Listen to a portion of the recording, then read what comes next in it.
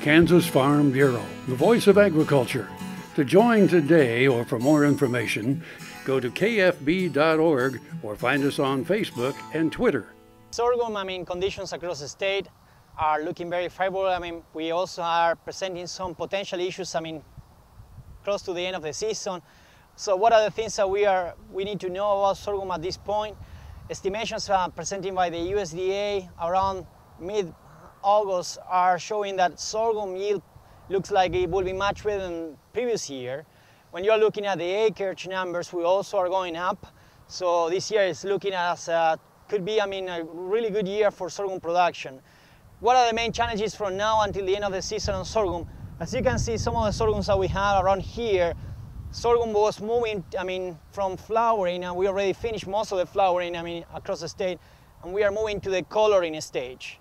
So the coloring, as you can see, these are different hybrids that they present different colors. This is a section that we are entering into the grain filling. Again, the term of the grain filling means that at this specific point of the season, that sorghum needs some energy. And the idea is to accumulate more sugars, increasing the seed size, accumulate more sugars, on the grains. For that, one of the things that we can have, as a potential challenges in the next coming weeks might be a couple of things. One that we need to emphasize is the sugarcane aphid.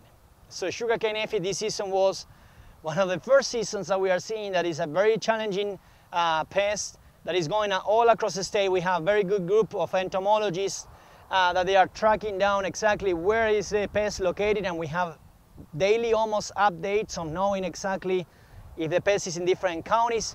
At this point, here in Riley County, where Kansas State University is the main campus, we have some sugarcane aphid.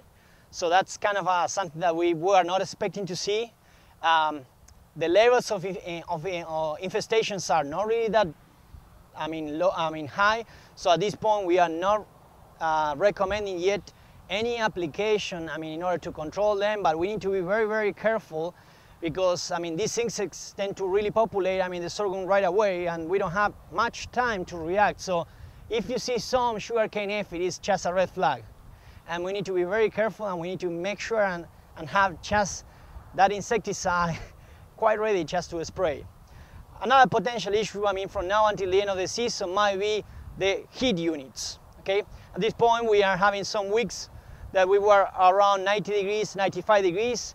What would be the challenge? Might be presenting the challenges in the next coming weeks. Anytime that we are seeing temperatures dropping down, it will be a challenge in terms of, closing that sorghum. When we are talking about closing the crop, means that we will have situations that the crop will not be accumulating so much heat units. And then one of the main factors when we are looking at the grain filling for sorghum is heat is a factor that is increasing the rate of accumulation of dry matter into the grains. So if we have more heat, plants are more efficient and the plants tend to yield more. What happens if we are going to low temperatures? We have another potential threat there. What happens if we have temperatures, that they are below 40? So in those situations, we are getting into the point that we may have an early freeze, okay?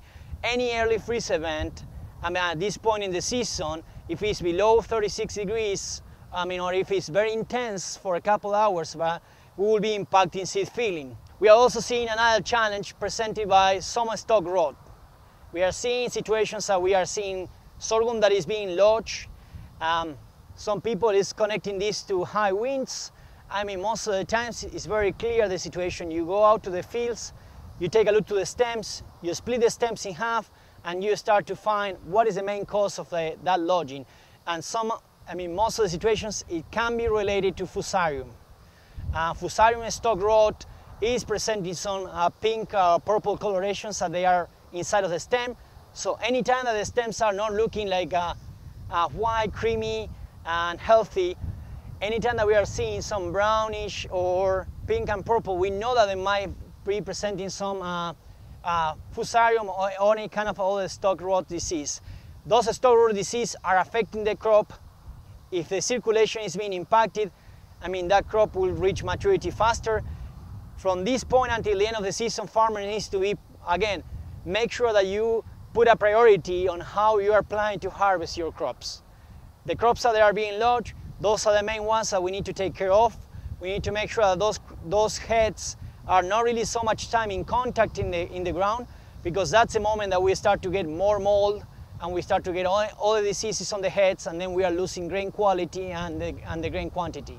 So make sure to go out and scout your fields, and let's try to get the best sorghum yields possible for this growing season. Soil is the life of a farm, and for 25 years, SureCrop liquid crop nutrition has helped growers produce abundant quality crops while preserving and improving the soils they steward. SureCrop offers complete soil and plant analysis with cropping recommendations, delivery direct to your on-farm storage, and quality crop nutrition custom blended for your field. Choose SureCrop for the assurance of excellence for your soil. Call today or visit their website for more information.